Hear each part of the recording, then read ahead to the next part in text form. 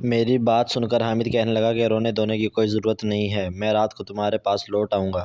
حامد اس قدر جلد بازی میں تھے کہ وہ میرے پاس زیادہ دیر رکے بھی نہیں اور مجھے یہ کہہ کر چلے گئے کہ تمہیں جو کچھ بھی کھانا ہو ہوٹل والوں کو فون کر کر منگوا سکتی ہو۔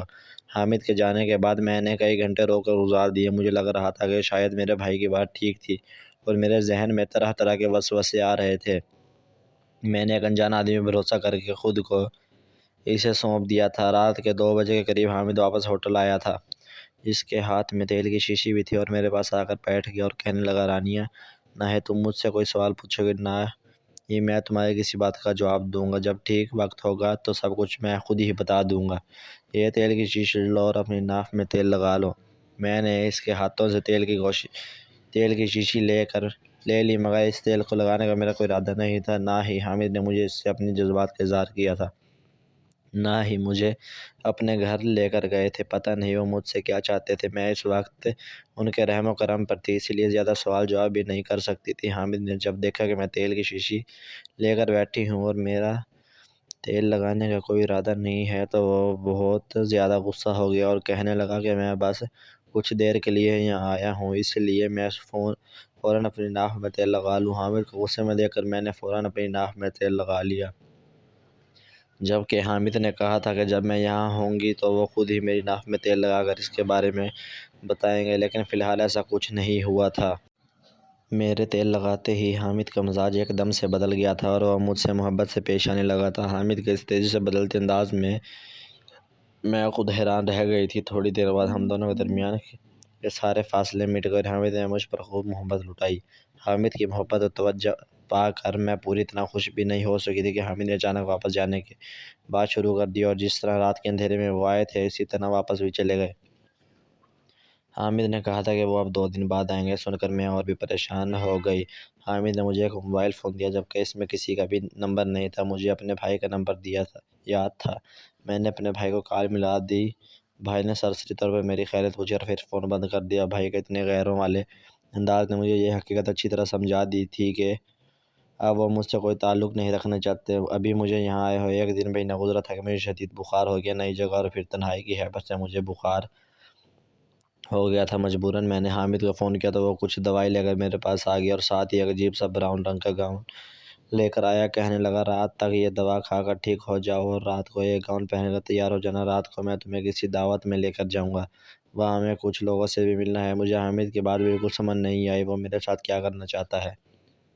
محبت کے جو سہانے سے اپنے دیکھ کر میں یہاں تک چلی آئی تھی، وہ سب کچھ صرف ایک خواب ہی لگ رہا تھا۔ میری طبیعت اتنی خراب تھی لیکن حامد کو دعوت کی پڑی ہوئی تھی۔ میں نے پوچھا، کس کی دعوت ہے؟ تو کہنے لگا کہ اس کے کسی دوست عزیز کی شادی ہے اور ہمیں وہیں جانا ہے۔ ایک مرتبہ پھر مجھے چھوڑ کر چلا گیا۔ میں سوچ کر مطمئن ہو گئی تھی، چلو اس کی بیوی بن کر کچھ لوگوں سے تو مل سکوں گی، کم از کم اب مجھے یہ خوف نہیں رہا تھا کہ وہ مجھے دنیا سے چھپا رہا ہے۔ رات تک میری طبیعت کافی سنبھل گئی تھی اور میں براؤن گاؤن پہن کر تیار ہو گئی تھی۔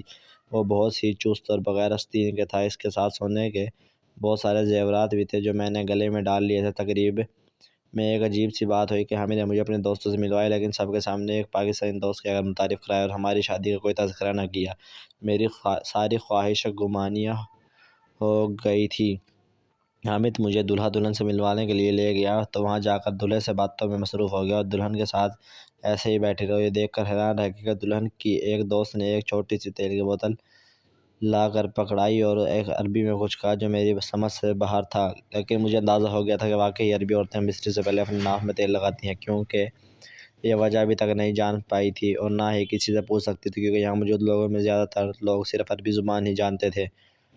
تقریب کے اختتام پر میں حامد کے ساتھ ہوٹل آ گئی، لیکن میں اس سے پوری طرح ناراض تھی۔ مجھے یہ بات اب بالکل اچھی نہیں لگی تھی کہ اس نے مجھے اپنے دوستوں سے اپنی بیوی کے طور پر نہیں ملوایا تھا۔ ہوٹل آتے ہی وہ میرے ساتھ محبت کا اظہار کرنے لگا، لیکن اسے میرے رویے سے یہ اندازہ ہو گیا تھا آج میرا مزاج بگڑا ہوا ہے۔ حامد نے تیل کی شیشی اپنے ہاتھ میں اٹھائی اور کہنے لگا، میں ابھی تمہارا مزاج اچھا کر دیتا ہوں۔ کہہ کر خود ہی میری ناک پر تیل لگانے لگ گیا۔ اس سے پہلے کہ میں حامد سے تیل کی وجہ پوچھتی، دروازے پر دستک ہوئی۔ حامد نے دروازہ کھولتے دیکھ کر میرے قدموں تلے سے زمین نکل گئی کہ دروازے میں عربی پولیس کھڑی تھی اور انہوں نے حامد کو گرفتار کیا اور وہ لوگ عربی میں پتہ نہیں کیا کچھ کہہ رہے تھے، مجھے سمجھ نہیں آ رہا تھا۔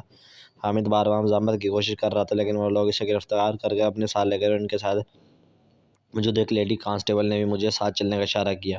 میں بہت زیادہ پریشان ہو گئی تھی کہ میں نے زندگی میں کبھی بھی اس طرح کی سچویشن نہیں دیکھی تھی۔ میری آنکھوں سے آنسو بہہ رہے تھے اور مجھے اپنا گھر یاد آ رہا تھا۔ پولیس اسٹیشن پہنچ کے میری اردو بولنے والے پولیس والے کا انتظام کیا گیا، جس نے مجھے ایک ایسی بات بتائی جو سن کر میرے ہوش اڑ گئے۔ حامد کے باپ نے اس پر چوری کا الزام لگایا تھا کہ اس نے اپنے ہی باپ کی دکان سے بہت سارے زیورات چوری کیے تھے، جو کہ میرے سامان سے برآمد ہوئے ہیں۔ یہ انہی زیورات کی بات ہو رہی تھی جو حامد نے مجھے گاؤن کے ساتھ پہننے کے لیے لا کر دیے تھے۔ مجھے سمجھ نہیں آ رہی تھی کہ حامد کے تو اپنے سونے کی دکان ہے، پھر اس سے میرے لیے زیور چرانے کی کیا ضرورت تھی۔ کافی دیر تشویش کے بعد پولیس والوں نے حامد کو چھوڑ دیا تھا۔ ان لوگوں کے درمیان کیا بات ہوئی تھی وہ مجھے سمجھ نہیں آیا، لیکن وہ بہت ہی زیادہ پریشان تھا، اور جب میں نے غصے میں اس کی گرفتاری کی وجہ پوچھی تو اس نے یہ کہا کہ سب تمہاری وجہ سے ہوئے۔ حامد کی بات سن کر میں ہکا بکا رہ گئی کہ وہ اپنی گرفتاری کا الزام مجھے کیوں دے رہا ہے۔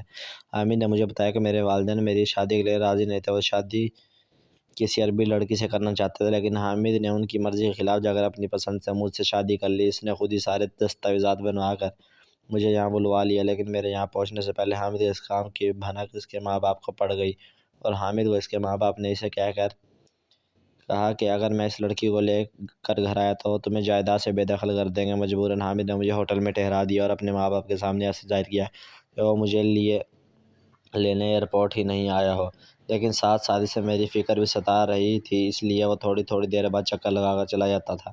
اور اس نے مجھے یہ بات اس لیے نہیں بتایا کہ اسے ڈر تھا کہ کہیں یہ بات سن کر میں پریشان نہ ہو جاؤں، اور میری طبیعت کی خرابی کا سن کر اس نے سوچا کہ مجھے ہوٹل سے باہر لے جائے گا تو میرا دل بہل جائے گا، اسی لیے وہ مجھے اپنے دوست کی شادی پر لے گیا۔ شادی پر جانے کے لیے زیورات کی ضرورت تھی، لیکن حامد کے ماں باپ نے اس کی ہر حرکت پر نظر رکھی ہوئی تھی، اس لیے وہ چوری سے دکان سے زیورات لے آیا۔ جب یہ بات اس کے باپ کو پتہ لگی تو اس نے غصے سے اپنے ہی بیٹے کے خلاف رپورٹ درج کرا دی۔ حامد کہہ رہا تھا کہ وہ آہستہ آہستہ اپنے ماں باپ کو ہمارے رشتے کے لیے راضی کر لے گا، لیکن جب تک مجھے اس کا ساتھ دینا ہوگا، اور اسی طرح کچھ دن ہوٹل میں گزارنے ہوں گے۔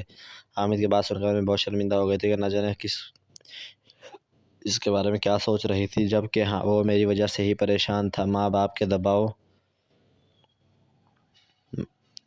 کے باوجود اس نے مجھے چھوڑا نہیں تھا۔ میں نے حامد سے کہا کہ اب پریشان نہ ہو، میں ہر طرح اس کا ساتھ دوں گی۔